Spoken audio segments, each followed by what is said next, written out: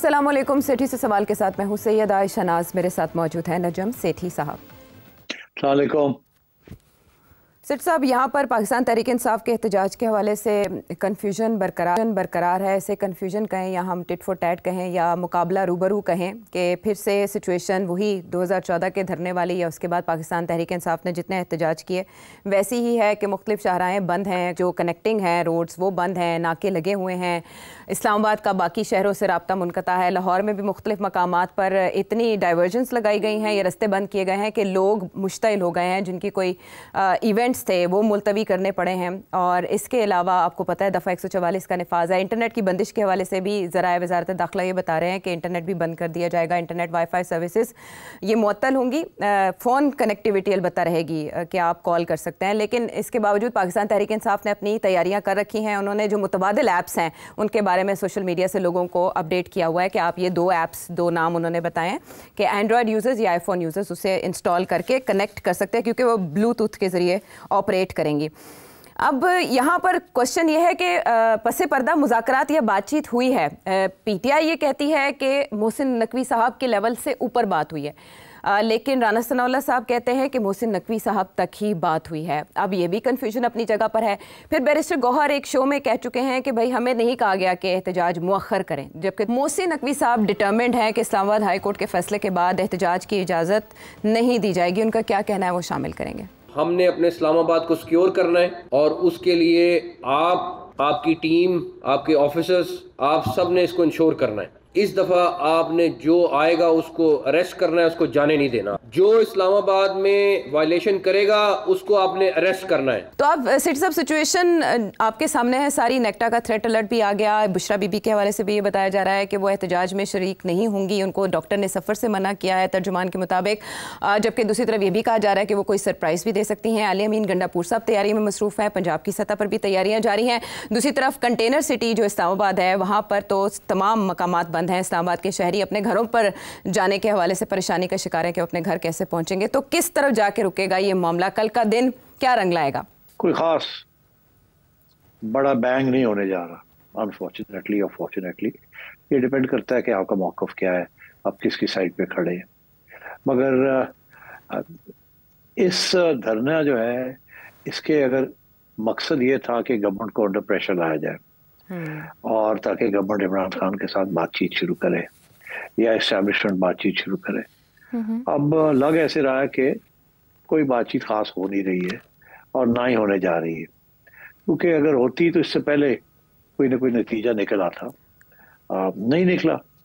और अब ये सारे जो हैं तैयार हो रहे हैं खान साहब की कॉल के ऊपर, और हमें ये भी पता है कि ये इनका दिल नहीं है ये धरना करने को।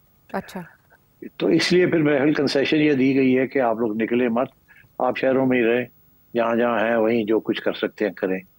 बिकॉज पता लग गया है कि ये बर्दाश्त नहीं कर सकेंगे जो क्रैकडाउन आएगा।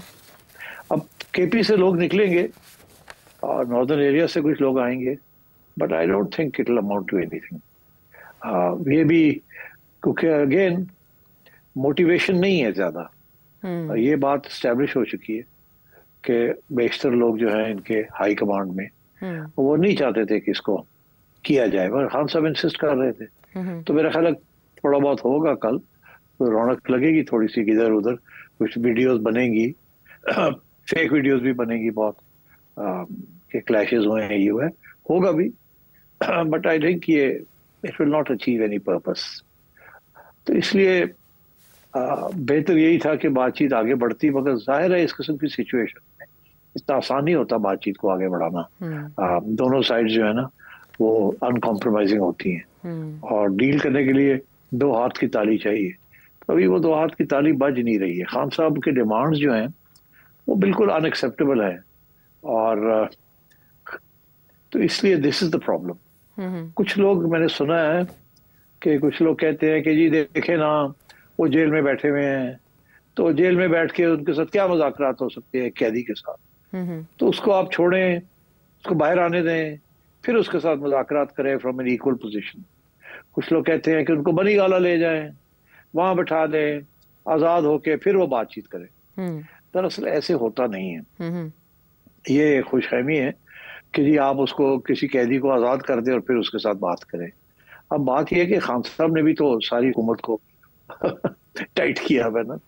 तो अब अगर आप तारीख देखें तो तारीख में जब भी इस किस्म की सिचुएशन होती है तो जेल में ही मुज़ाकरात होते हैं, फिर मुज़ाकरात के बेसिस के ऊपर जेल से रिहाई होती है और फिर बात आगे बढ़ती है।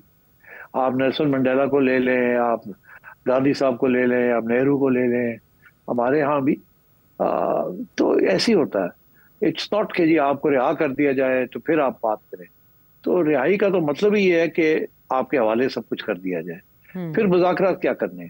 तो इसलिए इस वक्त जो पोजीशन है खान साहब की कमजोर है और हुकूमत की और एस्टैब्लिशमेंट की मजबूत है, क्योंकि वो सीट ऑफ पावर में है। तो इसलिए खान साहब को चाहिए कोई स्ट्रेटजी अपनी इस तरीके की बनाए जिसके साथ बात आगे बढ़े और वो आज़ाद भी हो जाए और फिर जो भी फैसला हो उसको आगे बढ़ाए।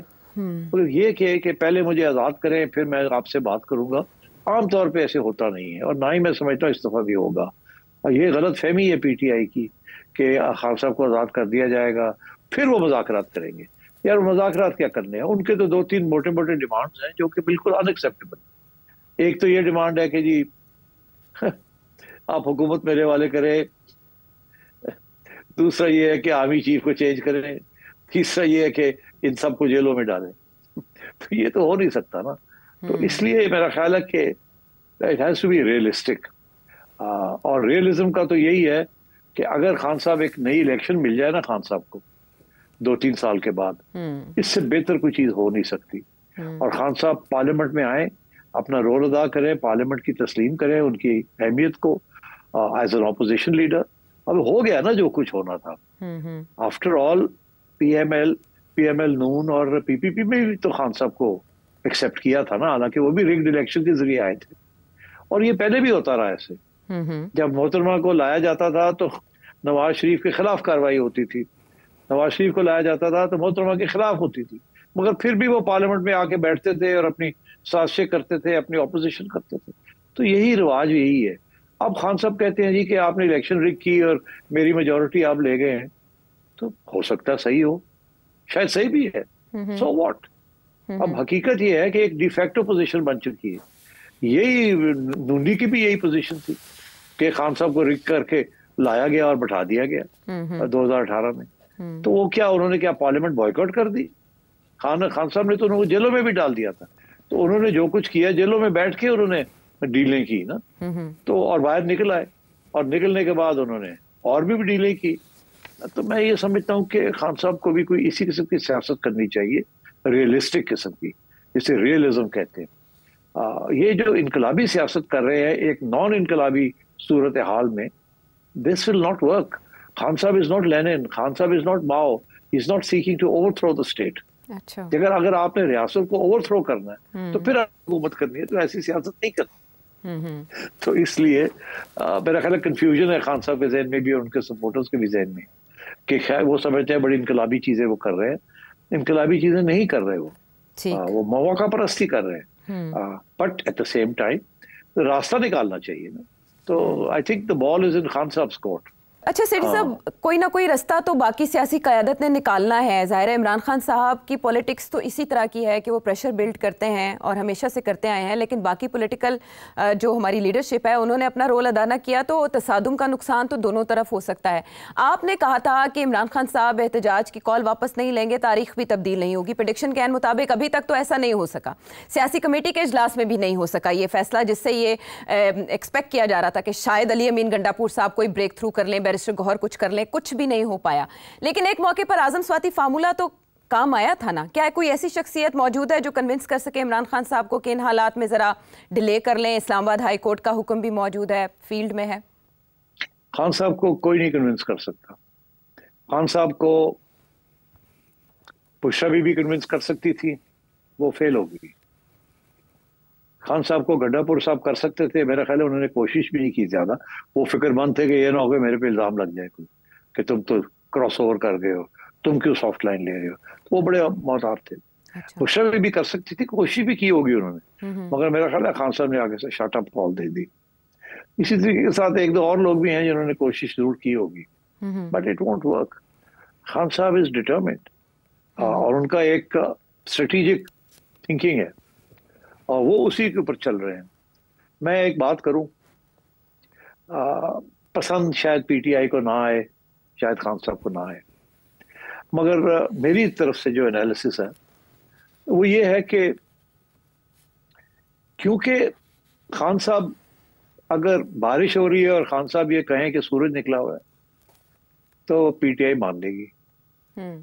अगर खान साहब कोई झूठ बोले और हम कहें कि मैं सच बोल रहा हूं तो पीटीआई मान लेगी।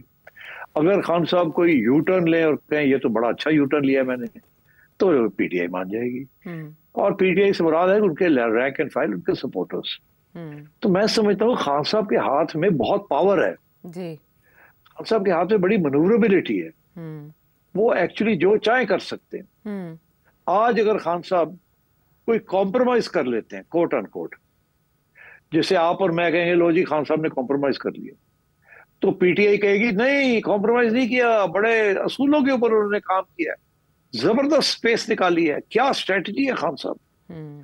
तो मेरा कहने का मतलब ये है कि खान साहब अगर थोड़ी सी लचक दिखाएं तो वो कमजोरी का इजहार नहीं होगा, ना ही उनके सपोर्टर्स जो है उसको समझेंगे कि खान साहब फिसल गए हैं या खान साहब कमजोर हो गए। उसके सपोर्टर्स यही कहेंगे कि वाह क्या कमाल की विजडम है, क्या जबरदस्त फैसला किया है, अपने लिए ये किया, अपने लिए वो किया, अब रास्ता निकाला है उन्होंने। तो खान साहब को इस बात का एहसास होना चाहिए कि सारा जो फैसला है उनके हाथ में है और उन्हें कोई नुकसान नहीं होगा अगर कोई ऐसा रास्ता निकालते हैं जिसके साथ थोड़ा बहुत पीछे हटना पड़े जी।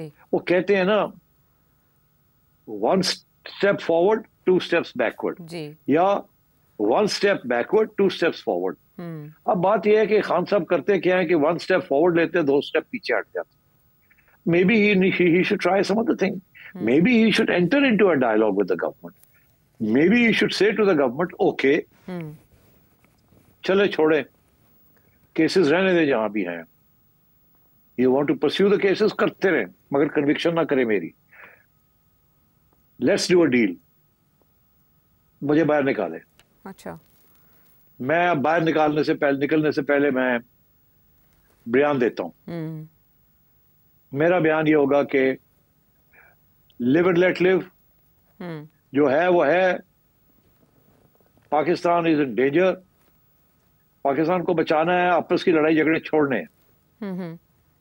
चले ये गवर्नमेंट जो है जैसे भी आई है ये इसको मैं रहने देता हूं, चले ये गवर्नमेंट जो है 2 साल और रह ले, 3 साल रहते हैं, चले ये गवर्नमेंट जो है 2 साल के बाद इलेक्शन करा ले। अच्छा, चले मैं बैठ के गवर्नमेंट के साथ हम तय कर लेते हैं कि election fair and free and fair होनी चाहिए। मैं इनको 2 साल देता हूं, मैं आके पार्लियामेंट में बैठता हूं या मेरी पार्टी बैठती है, हम नहीं डिस्टेबलाइज करेंगे, हम ऑपोजिशन जरूर करेंगे, जो ये गलत फैसले करते हैं उसके ऊपर एहतजाज करेंगे, अब पीसफुल कहीं जहां भी हमने करना है पार्लियामेंट के अंदर, हम मुल्क को नुकसान नहीं होने देंगे।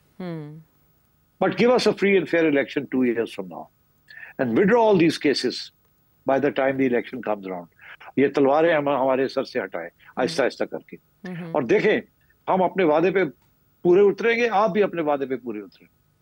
और जहां तक ये मेरा और आसिम मनीर साहब का मसला है, चले मिट्टी पाओ, कल को मैं इलेक्शन जीत के आ जाता हूं, I will not disturb the army, I will not disturb Asim Munir.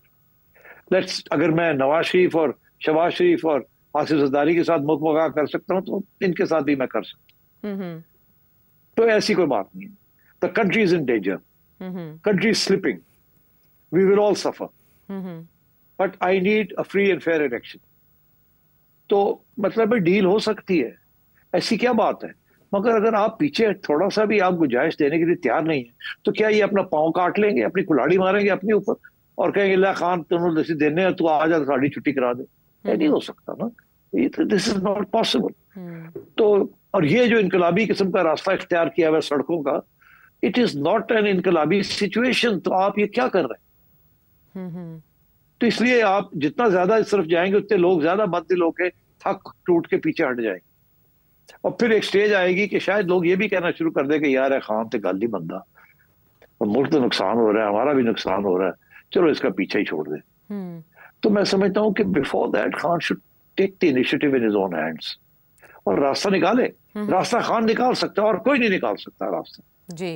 तो but I think Khan is still trying कि जी ये रास्ता जो है ना, डिस्टेबलाइजेशन, फॉरेन इंटरवेंशन मेरे हाथ में हो जाए, फौज जो है वो मेरी हो जाए, इंडिपेंडेंट इदारा ना रहे, मेरा साथ दे, इनका साथ ना दे। He should stop this. इसी की वजह, ये तो नवाज शरीफ साहब का पुराना ये फार्मूला जो फेल हो गया था, अब आपने भी वही फार्मूला इस्तेमाल करना शुरू कर दिया कि जी हमने फौज के साथ ही आना है और फौज के साथ ही जाना है। ये क्या बात हुई? उनको अपना काम करने दें, आप लोग आपस में बैठ के तय करें कि किस हद तक एक दूसरे के खिलाफ जाएंगे, मगर फौज की तरफ नहीं जाएंगे, उनको नहीं इन्वॉल्व करेंगे, let them remain where they are. तो अब बात यह है कि मेरा ख्याल है कि जो इस वक्त की हुकूमत है, they would like an opportunity कि उन्हें 2 साल साफ सुथरे मिल जाए ताकि वो कुछ आवाम के लिए कोई खिदमत कर सकें, ताकि अगली इलेक्शन में उनका भी थोड़ा बहुत वोट उनको भी पड़ जाए। तो पढ़ना तो इमरान को है, मगर इनको भी थोड़ा बहुत पड़ जाए ताकि कोई ना कोई पार्लियामेंट ठीक ठाक किस्म की चले, खान स्वीप करके ना आ जाए और फिर हैवक प्ले करे as like a dictator. We don't want anybody getting a 2/3। I think मिलजुल के अब चलाना पड़ेगा इस मुल्क को। ये बहुत इस पे फैक्शनलाइज हो चुका है ये मुल्क जी। देखिए ना, प्रोविंसेस लड़ रही हैं एक दूसरे के साथ, एलिट्स एक दूसरे के साथ लड़ रही हैं जी, अमीर गरीब एक दूसरे के साथ लड़ रहे हैं, जुडिशरी गवर्नमेंट लड़ रही है, and so on. This is terrible and everybody will suffer। Polarisation अपनी इंतहा को पहुंची हुई है और अभी इसकी तरफ कोई ध्यान नहीं दे रहा। आपने 8 फरवरी का इलेक्शन याद करवाया सेठ साहब। इमरान खान साहब से मंसूब एक बयान भी गर्दिश कर रहा है कि पहली बार मैंने कॉल दी थी 8 फरवरी को तो कौम निकली थी, अब ये फाइनल कॉल दूसरी बार मैं दे रहा हूँ 24 नवंबर को, और अब की बार भी कौम मुझे मायूस नहीं करेगी। मीनवाइल नेक्टा का थ्रेट अलर्ट भी आ चुका है कि दहशतगर्दी हो सकती है पाकिस्तान तहरीक इंसाफ के एहतजाज में। अब ऐसी रूमर्स भी हैं कि पीटीआई पंजाब की सतह पर अपने एहतजाज का प्लान चेंज कर सकती है, निगेट कर रही है पाकिस्तान तहरीक इंसाफ की क़यादत। शेख वक्कास अकरम साहब कह रहे हैं ऐसा कुछ नहीं है, लेकिन ये कहा जा रहा है कि क़यादत यहीं पंजाब में मुख्तलिफ मकामात पर एहतजाज करेगी। अली अमीन गंडापुर साहब पे है सब डिपेंडेंट, वो तो चलेंगे केपी से, और ये कहा जा रहा है कि शायद वो 12 बजे निकले, शायद 2 बजे पेशावर से निकले। मेरा आपसे सवाल ये है कि इनको पहले ये टास्क से सौंपा गया था कि भाई आपने इमरान खान साहब को कन्विंस करना है, अकॉर्डिंग टू यू आपने भी बताया था ये, और ये मुस्लिम लीग नून के रहनुमा बरमला कहते हैं कि वो कंप्रोमाइज्ड हैं। अली अमीन गंडापुर साहब वो एपेक्स कमेटी की मीटिंग में बहुत अच्छा डायलॉग करते हैं आर्मी चीफ के साथ और फिर बाहर आके सख्त बोलते हैं। मेरा आपसे सवाल है कि क्या इस मौके पर अली अमीन गंडापुर साहब गिरफ्तार हो सकते हैं और उनकी गिरफ्तारी से कुछ मामला बन सकता है? पहले गंडापुर साहब ने पहले क्या किया, गए और फिर गायब हो गए, तो मतलब है कि वो जाएंगे और फिर गायब हो जाएंगे या वो अब गिरफ्तार किया, उनको कौन गिरफ्तार करेगा? चीफ मिनिस्टर को शायद गिरफ्तार करके ले जाएं फिर छोड़ दें। मतलब है कि बट मैं आपको बता दूं, अली अमीन गंडापुर का दिल नहीं है इस एहतजाज में, जैसे बहुत से और सियासी लोगों का दिल नहीं है। मगर अब क्योंकि ऑर्डर है तो ऑर्डर है। आपने देखा नहीं इस दफा जो आखिरी जो गंडापुर साहब की जो अभी उन्होंने एक स्पीच दी है जी, एक कमरे में खड़े होके कि जी निकलो सारे बाहर बाहर, उसमें कोई जज्बा ही नहीं था। वो जिस तरीके से वो करते हैं वो तो था ही नहीं। वो तो ऐसे था कि वो बिल्कुल ये वो अमीन गंडापुर नहीं है जो हमने पहले देखा है। तो इसलिए आई थिंक एवरीबडी इज, अब ये करना है तो अब करेंगे, निकलना है तो निकलेंगे, गिरफ्तारी देनी है तो गिरफ्तारी भी दे देंगे, मगर दिल नहीं है साडा, क्योंकि ये काम नहीं चल रहा है इससे। That's the attitude of the PTI leadership। बाकी अब देखें, गंडापुर साहब निकलेंगे जरूर, उसके बगैर तो उनकी छुट्टी हो जाएगी अगर वो निकलते नहीं है तो निकलेंगे वो, लोग लेके निकलेंगे, गाड़ियां निकलेंगी, पूरे कारवाने चलेगी, वो नजर आएगा आपको, लो जी गड्डियां जा रही हैं। मगर जैसे ही वो केपी से पंजाब की तरफ पहुंचेंगे तो सब रुकावट हो जाएगी और फिर गंडापुर साहब इधर उधर हो जाएंगे। क्योंकि लीड करने का और ये सारे इजलास मुनक्किद करने का, प्लान करने का जिम्मा अली अमीन गंडापुर साहब के सर पर अभी तक दिखाई दे रहा है, और वो ये अपील कर रहे हैं कि फ़िरक़ैन सीज़ फायर करें। तो कल तक क्या डेवलपमेंट हो सकती है, कोई अनहोनी हो सकती है या नहीं, ये तजिया हमने सेठी साहब से जाना। बहुत से सवाल ज़ाहिर है अब कल ही मिलेगा और सिचुएशन क्या डेवलप होती है, जो इमरान खान साहब के पेश नज़र अहदाफ हैं उनमें से कुछ हासिल कर पाते हैं या हुकूमत कंट्रोल कर लेगी, या कम अज़ कम मोहसिन नकवी साहब के जो इक़दाम हैं वो कामयाब हो जाएंगे। कल का दिन इसका जवाब देगा। हम वापस आते हैं ब्रेक के बाद। शो में साथ देने का शुक्रिया। मुकामी हालात से हम अब ज़रा आलमी मामलात की तरफ चलते हैं, जहां चिंगारी यूक्रेन में सुलग रही थी। अब उसके आग बनने का ख़तरा जाहिर किया जा रहा है और कहा जा रहा है कि वर्ल्ड वॉर 3 हो सकती है, क्योंकि रशिया की जानिब से इंतहाई इकदाम कुछ उठाए जा रहे हैं और उसने अपनी न्यूक्लियर पॉलिसी में भी कुछ चेंजेस किए हैं जो कि एक ख़ासा बड़ा ख़तरा बता रहे हैं। दूसरी तरफ अमेरिका में भी इस बारे में सोच विचार की जा रही है और मुख्तलिफ जो यूरोपीय ममालिक हैं वो भी सर जोड़ कर बैठे हैं और वहाँ पर बाकायदा इस हवाले से बहस व तमखीस की जा रही है कि रूस किस हद तक जा सकता है। तो सिटी साहब, आपसे बेहतर कौन बता सकेगा कि यूक्रेन जंग अब रशिया के ऐसे इकदाम के बाद कि उसने एक हाइपरसोनिक मिसाइल दागा और उसके बाद उनके धमकियां भी ये हैं कि हम किसी भी हद तक जाएंगे, हम वो कंट्री जिसके पास न्यूक्लियर वेपन नहीं है उसका साथ वो कंट्री दे रही है जिसके पास न्यूक्लियर वेपन्स हैं, तो इससे मुश्तरका हमला तस्वुर किया जाएगा। रशिया क्या कर सकता है? सिर्फ धमका सकता है या अमली जामा भी पहना सकता है? देखिए, यहाँ मसला ये नहीं है कि रशिया क्या कर सकता है, यहाँ मसला ये है कि नेटो क्या कर रहा है। तो पहली बात ये है, नेटो ने, अमेरिका ने लॉन्ग रेंज मिसाइल्स दे दिए टू यूक्रेन। ये बाइडेन की जाते जाते उन्होंने ये काम कर दिया और इसके ऊपर अमेरिका में बड़ी तनकीद हुई। डोनाल्ड ट्रंप ने कहा आपने एस्केलेशन कर दी है, आपने उनको लॉन्ग रेंज मिसाइल्स दे दी है और फिर आपने पुश किया है यूक्रेन वालों को कि आप रशिया के इनसाइड रशिया आप टारगेट करें सिटीज को दूर, जो कि उन्होंने कर दी है। अब तो इससे बड़ी प्रोवोकेशन क्या हो सकती थी? पहली प्रोवोकेशन ये है कि वो नेटो को यूक्रेन तक लाना चाह रहे हैं, रशिया के बॉर्डर्स तक, जो कि इन्होंने वादा किया था गोर्बाचोव को कि हम नेटो जो है उसको दूर रखेंगे from the borders of Soviet union. उस जमाने से ये वादा किया था, जो वादा तोड़ा अमेरिका ने और यूरोप ने, और आहिस्ता आहिस्ता करके एक एक मुल्क को नेटो के अंदर शामिल करके अपना पुश करते जा रहे हैं to the border of Russia. तो जाहिर है रशिया इज अलार्म्ड कि ये क्या हो रहा है। तो एस्केलेशन तो की है अमेरिका ने एंड नेटो ने, और ये लास्ट राउंड जो है ये इन्होंने एस्केलेशन की है। इन्होंने देखा कि यूक्रेन हार रहा है और तो इन्होंने लॉन्ग रेंज मिसाइल्स दे दिए ताकि वॉर जो है और बढ़े। तो जाहिर है फिर रशिया ने भी फिर रिस्पॉन्स करना था, तो उन्होंने भी फिर अपनी हाइपरसोनिक मिसाइल्स उसके रिएक्शन में इस्तेमाल की हैं। अच्छा, उन्होंने पहले नहीं की थी, अब उन्होंने की है। तो पहले इन्होंने लॉन्ग रेंज मिसाइल्स इस्तेमाल की हैं जो अमेरिका ने अभी सप्लाई की है इनको। बाइडेन ने जाते जाते ये एस्केलेशन की है। उनको फिक्र था बाइडेन को कि ट्रंप आएगा तो कोई ना कोई वो अमन की कहानी शुरू कर देगा और ये सारी जो पॉलिसी है मिलिट्री इंडस्ट्रियल कॉम्प्लेक्स की जो डेमोक्रेट्स फॉलो कर रहे हैं कब से, वो सब रिवर्स ना हो जाए, रोल बैक ना हो जाए। तो इसलिए मुश्किलात क्रिएट करने के लिए डोनाल्ड ट्रंप के लिए उन्होंने वॉर की एस्केलेशन कर दिया।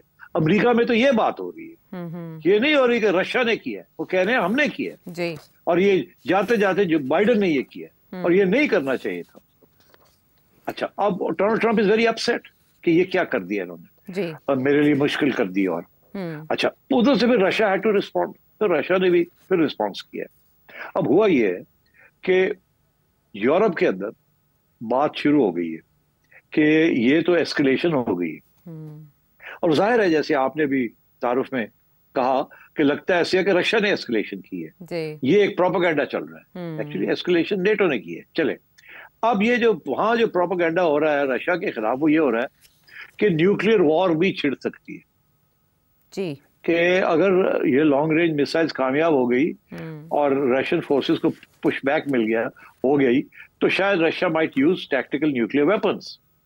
मैं नहीं समझता ऐसी कोई भी खतरा है, मगर एक प्रोपेगेंडा शुरू हो गया रशिया के खिलाफ। और उस प्रोपेगेंडा का जो एक बहुत अहम डेवलपमेंट है उसके अंदर, वो ये है कि कुछ यूरोपियन नेशंस ने अपने अवाम को कहना शुरू कर दिया है कि अगर न्यूक्लियर वॉर हो सकता है, आप मेहरबानी करें और खाने पीने की चीजों की स्टॉक पाइलिंग घरों में शुरू कर दें आप। अब आप सोचिए ये कितनी गलत किस्म की और खतरनाक किस्म के प्रोपेगेंडा है। ये तो ऐसे लगता है कि न्यूक्लियर वॉर कल होने वाला है। तो उन्होंने ये प्रोपेगेंडा शुरू कर दिया है कि आप खाने पीने की चीजें ला के अपने सेलर्स में रखें, अपने बंकर्स तैयार करें, न्यूक्लियर वॉर हो सकती है। अब आप मुझे बताएं कि न्यूक्लियर वॉर होगी तो आपके ये खाने पीने की चीजें और ये जो है ये कोई रह जाएगा कुछ? तो ये pure and simple fear factor डरा रहे हैं लोगों को और रशिया के ऊपर डाल रहे हैं सारी बात।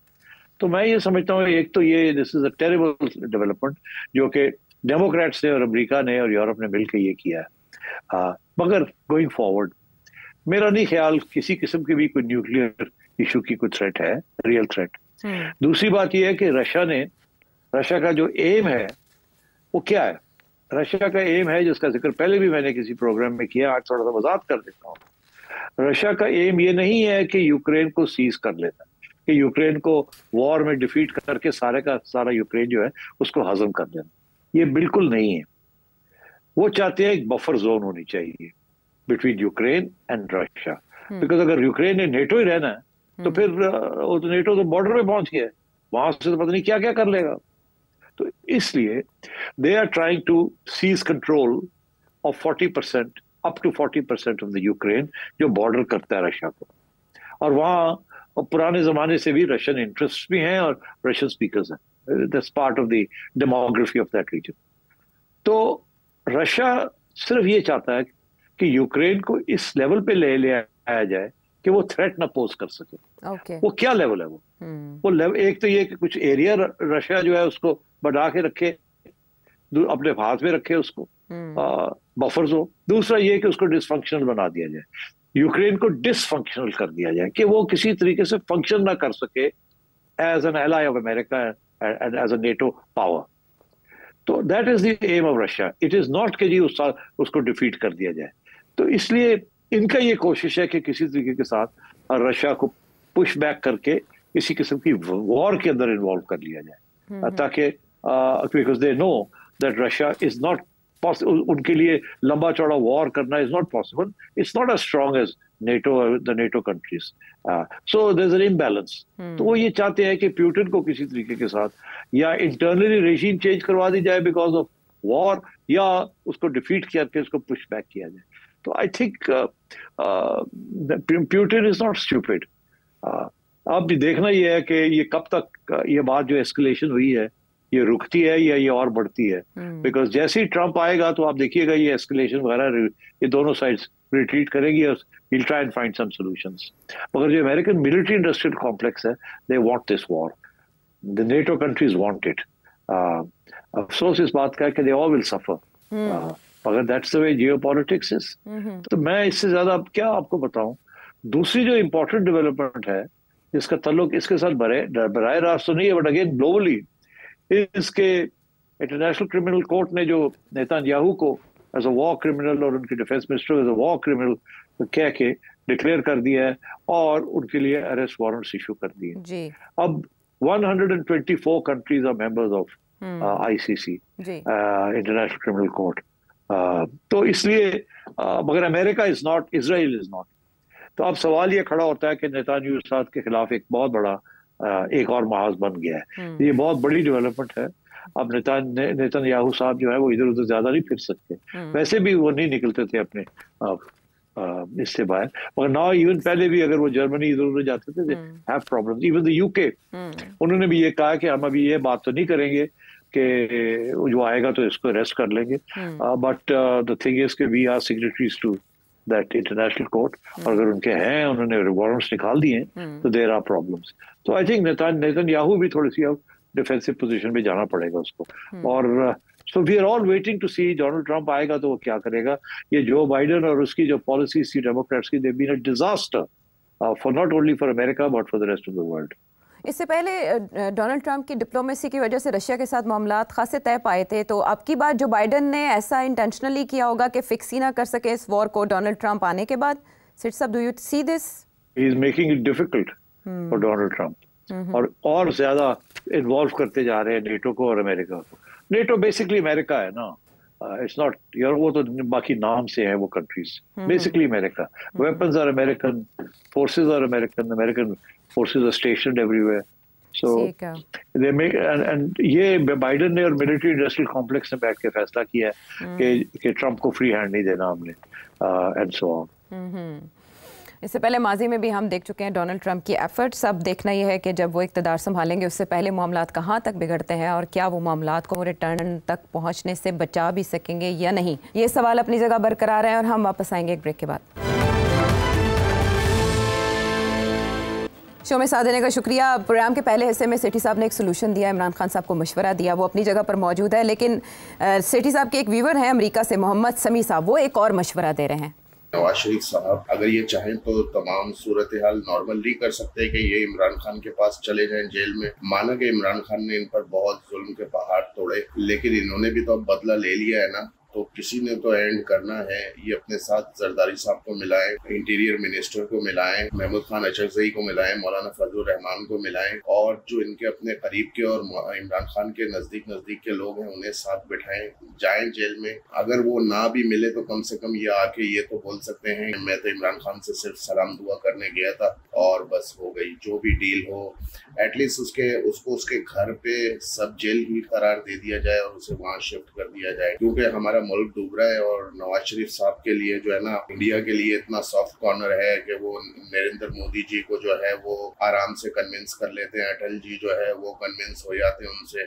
तो इमरान खान तो जो है वो पाकिस्तान का क्रिकेट का साबिक कप्तान है, कुछ भी है उसने पाकिस्तान में जो है एक नाम कमाया, हमारे मुल्क का जो है बहुत ज्यादा उसने नाम रोशन किया है। गलत है सही है इसका फैसला लोगों पर छोड़ दें। क्या आप नवाज शरीफ साहब को कन्विंस नहीं कर सकते कि वो भूल जाएं पास्ट को, अब आगे जो है मुल्क के लिए सोचें। हमारा मुल्क जल रहा है, हर जगह दहशतगर्दी हो रही है। जी सेठी साहब बड़ी नेक ख्वाहिश है, बहुत नेक ख्वाहिश। काश के सियासतदान ना होते और स्टेट्समैन होते, काश के मुल्क को सब पहले रखते और अपनी सियासी मफाद को और ज़ाती मफाद को सामने ना रखते। ये सिर्फ नवाशी साहब या किसी और के बारे में मैं नहीं कह रहा, खान साहब भी इसमें इन्वॉल्व है। एवरीबडी इज़ द सेम, कोई इस वक्त मुल्क का नहीं सोच रहा। तो अब बात यह है कि दो हाथ से ताली बजती है। जो ज़्यादा ऊपर बैठा हो उसकी तवक्को यही होती है कि जो नीचे है वो उनके साथ कोई राब्ता शुरू करे और फिर बात आगे बढ़े। तो अब क्योंकि जो ऊपर बैठा होता है वो अगर पहले बात शुरू करेगा तो वो लगता है ऐसे कि ये कमज़ोर हो गया है, और नीचे वाला ये समझता है लो जी ऐसे कमज़ोर हो गया, मैं उन्होंने चुप के बाहर ही सुटा। तो ये नेगोशिएशन के अंदर इस किस्म के प्रॉब्लम्स होते हैं। हु फर्स्ट, पहल कौन करेगा, और जो पहल करता है उसकी ये कंसर्न होती है कि कमज़ोरी नज़र नहीं आनी चाहिए, बिकॉज दूसरा उसका नाजायज़ फ़ायदा ना उठा दे। बिकॉज आफ्टर ऑल ये पावर स्ट्रगल है, ये लूडो की गेम नहीं है या ये शतरंज के खिलाड़ी नहीं है। This is life and death. यहाँ तो आपने देखा जेलें काटनी पड़ जाती हैं, यहाँ तो बहुत कुछ हो जाता है, जायदादें उड़ जाती हैं, कत्ल भी हो जाते हैं लोग। तो इसलिए आपकी ख्वाहिश बड़ी नेक है। अब अगर नवाज शरीफ साहब, आप छोड़े सारी दुनिया उठ के तो नहीं इमरान खान के पास जा सकती। कल को कोई कहेगा इमरान खान साहब पहल करें तो शायद हम रिस्पॉन्ड भी करें। मेरी तरफ से तो यही तजवीज़ थी कि खान साहब पहल करें, क्योंकि वो कमज़ोर हैं, वो स्ट्रॉन्ग नहीं है इस वक्त। वो पहल करें और आवाम उनके साथ है और कोई ना कोई रास्ता निकल आएगा, मगर वो किसी चीज़ को बच करने के लिए तैयार नहीं है। चले मैं आपकी आर्ग्यूमेंट को थोड़ा आगे बढ़ाता हूँ। चले मैं समझता हूँ कि नवाज शरीफ साहब बाकी छोड़ दे, बाकी सबको।